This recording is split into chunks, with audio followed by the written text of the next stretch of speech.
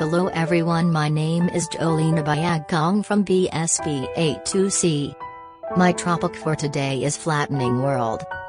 The title is metaphor for viewing the world as a level playing field in terms of commerce, wherein all competitors, except for the labor, have an equal opportunity. What did Thomas Friedman mean by the world is flattening?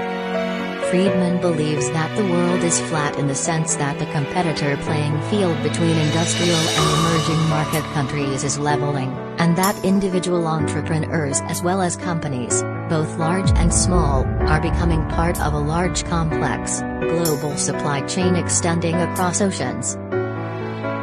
What does the world is flat mean for education? A closer look at our educational globe. By Chris O'Neill. So, you've heard that the world is now flat according to New York Times columnist and author Thomas Friedman. What does this mean for education?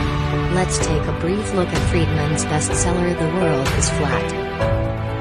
Friedman speaks about drastic changes that have occurred in the last 15 years or so, events that have leveled the global playing field. He refers to 10 flatteners, things that have enabled us to connect with the rest of the world much more easily than ever before. Events such as the fall of the Berlin Wall, Netscape going public, and the new world of technologies on steroids, cell phones, wireless devices, always being connected, and so on made our world a new place. Key players, thanks to new tools, can play new roles in new ways. A leveled playing field has been created. Employees from one organizations are no longer working side by side inside the same building. Individual from anywhere can compete with others from around the world. This convergence gives a new feel to how successful 21st century learners can be learned. Friedman has some interesting points I think are worthy of consideration.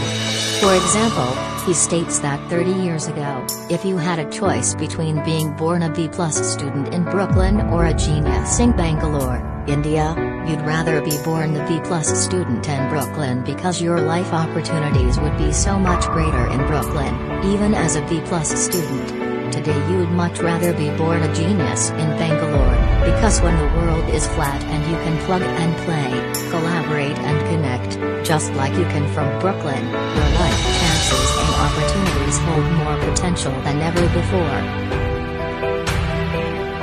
Friedman talks about the untouchable, those people whose job won't be outsourced or merged. Those are entertainers, authors, great motivators, specialists, and so on. Another group of untouchable are our locals, the butcher, the baker, the candlestick maker. Besides the untouchables, Friedman suggests there will be 8 types of jobs for the middle that will be in demand for a long time to come. They include the great corroborators, the leveragers, the great synthesizers, the passionate personalizers, the great localizers, the green ones, the great explainers, and the great adapters.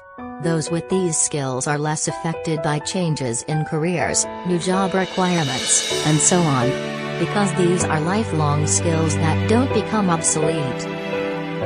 Friedman's suggestion that we should be learning to learn is nothing new to those of us in education, but it does give it new weight, as he warns that what we learn today in school will be outdated by tomorrow, and therefore, the worst successful people in the flat world will be those who can adapt and learn quickly. The greater our curiosity and passion for learning, the greater chances we will have for success later in life. The book paints a remarkable picture for 25th century living and learning, whether you agree with all his points or not. In recent years, many political and socio-economic barriers have slowly been removed, and huge technological advances have been made.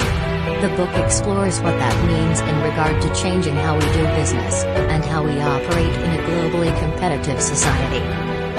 In a recent talk about this book, I asked a school principal what the book meant to her, and she replied, "I'm exhilarated by what this means for me, the teachers in my building, and the student we teach. We have the power to make great strides with what we're given, in the challenge will be how to take advantage of all this in educational setting, and try to make sure our classrooms are flat."